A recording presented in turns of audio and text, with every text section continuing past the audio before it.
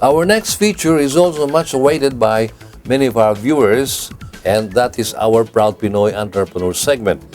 Not only by those aspiring to one day go into business, but also by those who enjoy being inspired by Pinoy success stories. Wherever you fall, you will want to watch this.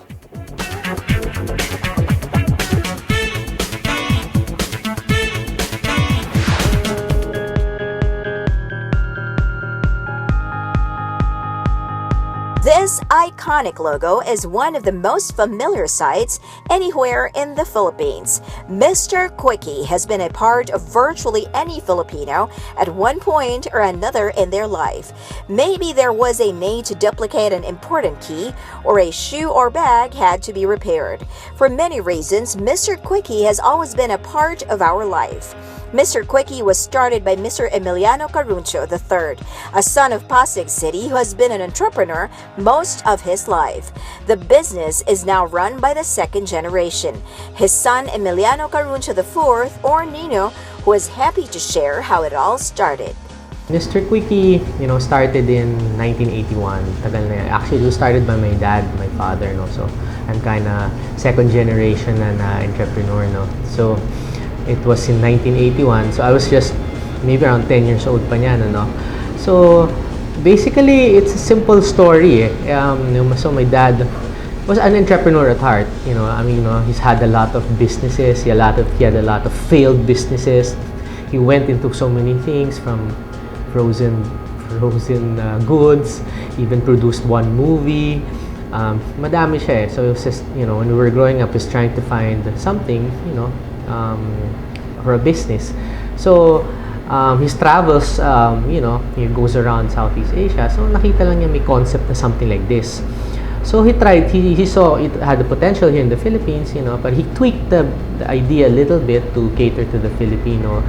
So, and ang sabi nga niya, he would tell people na, one of the things that prompted him to do this is that, we're kami nung bata, masyadong magulo, palagi na pupudpud yung sapatos. Tapos, hindi niya alam kung saan dadalhin. Where am I gonna bring the shoes? Kasi, the only option you had then was go to the wet market sa palengke, tas madami doon, paikot-ikot yung mga nagre-repair ng shoes. Pero, nakakatakot naman pag iniwanan mo yung sapatos mo. And then, baka pagbalik, when you try to claim your shoes, they're not there anymore because they're informal shoe repairers eh. So, he said, why not professionalize the industry, Have a place where you can go bring your shoes and you're not scared that your shoes will get lost or, not done well. And then, there's a guarantee. So, that's how it started. So, he just professionalized the shoe repair industry by putting up a real space in a mall. Before, wala pa masyadong mall, no? And then did that. Tapos it took off na lang, Some people at the start were like, wondering, ano ba tong name Mr. Quickie? That's kind of a weird name. Didn't notice. It took a bit of marketing pa for people to understand what it's all about, So, doon nag-umpisa. Siguro, nag-umpisa sa amin na makulit daw kami na pudpud daw palagi sa Many say that businessmen are made, not born. But it's a different story with Nino. Certainly, being exposed to a true entrepreneur like his father influenced his life decisions. Actually, that's a big factor, di ba? There's some people would say you're born to be an entrepreneur. Meron naman nagsasabi, you're made naman. So, I think it's a combination of both how you're brought up. Ako, I wouldn't know if I was born to it or learned it from my dad kasi my dad was really, I see it from my dad talagang when he started and then, he was looking to doing all these things, failed businesses, some successes, ganon. So, probably I took up after my dad, no? Nino took up a course in business administration in UP Diliman. As early as high school, his dad egged him to go into business for himself. He ventured into small businesses like importing badminton supplies from China and selling them here. He even ran an online video store back when there was still no broadband in the country and internet was much slower. Actually, all of them failed at that start. But it was a learning experience, di ba? So So that's when you find out, okay, you learn from it, and you apply what you learned in future businesses, ganon. He took over the family business in 1995, right after college. Back then, multinational companies were recruiting from the company's top universities. Nag-a-apply na ako in several like Unilever, P&G, the typical places you apply to. Pero sabi ng father ko, tulungan mo na lang ako dito dahil napapagod na daw siya. He's been doing it for a long time. So straight out of college, 1995, which is the year I graduated. Both Nino and his father are graduates of the Masteral School AIM. His father applied what he learned from this business school, a strategy called the Blitzkrieg Strategy back then. The principal rule here was to expand as fast as you can with the least possible time. With that, he completely shut out all the competitors. So talagang walang until now, there's one or few, but we're still, the number one in terms of branches. So it worked naman, To what does Nino attribute this iconic brand success? First of all, it was the name. One of the first malls that we went into was Vera Mall. And then they were saying, ano ba yung Mr. Quickie? Bakit ganyan yung pangalan? They were wondering what it was, di ba? Parang it has a sort of a different connotation. So parang nagtataka yung tao, what is it about? But it took a bit of marketing, leafleting, informing the public para malaman nila, shoe repair pala yan, ganyan. So bag repair, key duplication pala yan. So at the start, yun ang mga challenges, parang syempre it's a new concept also, walang ganun, they have never seen anything like that in the mall, diba? So yun na eventually naman people, yun pala yan. Get a catchy name, one that has easy recall, innovate, and professionalize. Those are the first steps into this business. And then check out the other options that will make your business grow even bigger. And that includes franchising. Aside from expansion, we also have to introduce new products once in a while, diba? So that's how you innovate naman. To date, Mr. Quickie and around 50 management branches and 150 franchises all over the Philippines. When his dad started the business, he had to go to Marikina to get skilled workers. Today, all new employees need to undergo a 3-month training period before they can be accepted. Nino continues to think of ways to expand its operations here in the Philippines, but he is now open to expand in foreign shores. The problem he realizes is finding the right partner.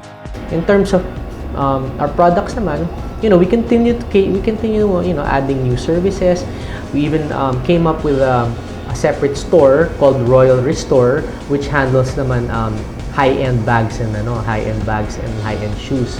Yung mga signature bags nyo and signatures that cost hundreds of thousands of pesos. This is the place to bring it to. We have several branches now around the Philippines. So we also try to cater.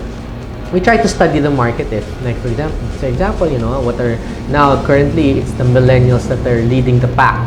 So we try to see what do millennials want, what kind of products do they want in terms of shoe repair or and then we found out, okay, I think for the millennials it's the high-end bag restoration because I think they're a bit they're more into signature items, so that's one of the things.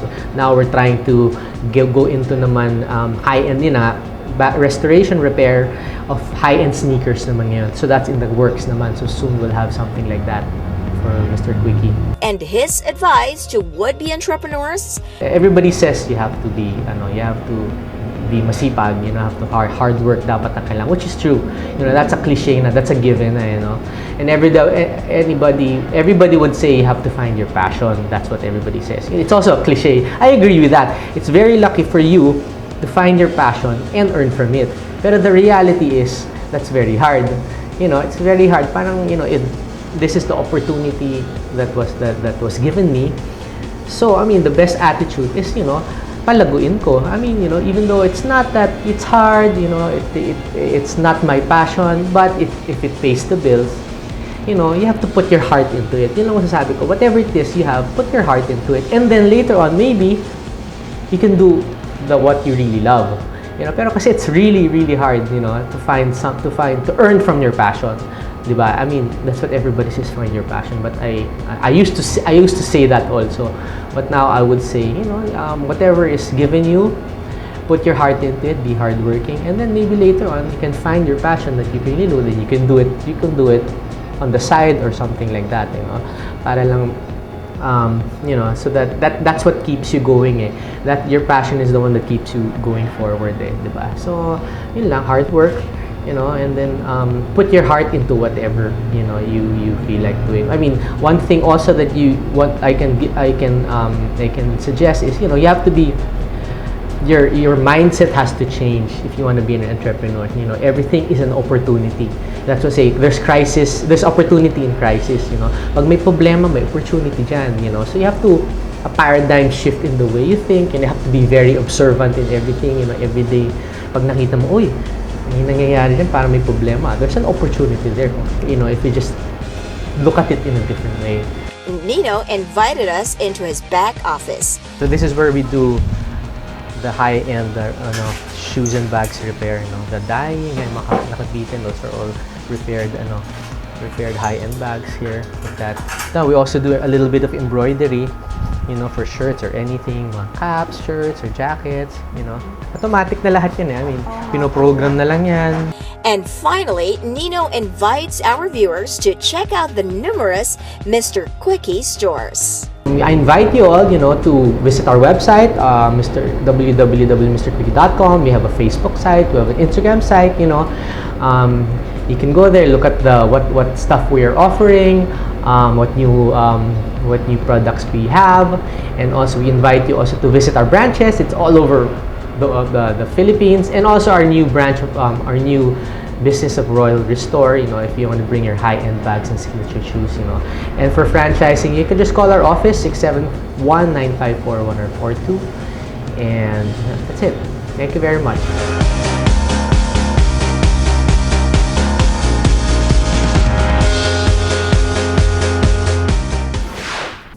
I'm sure everyone recognizes that iconic logo.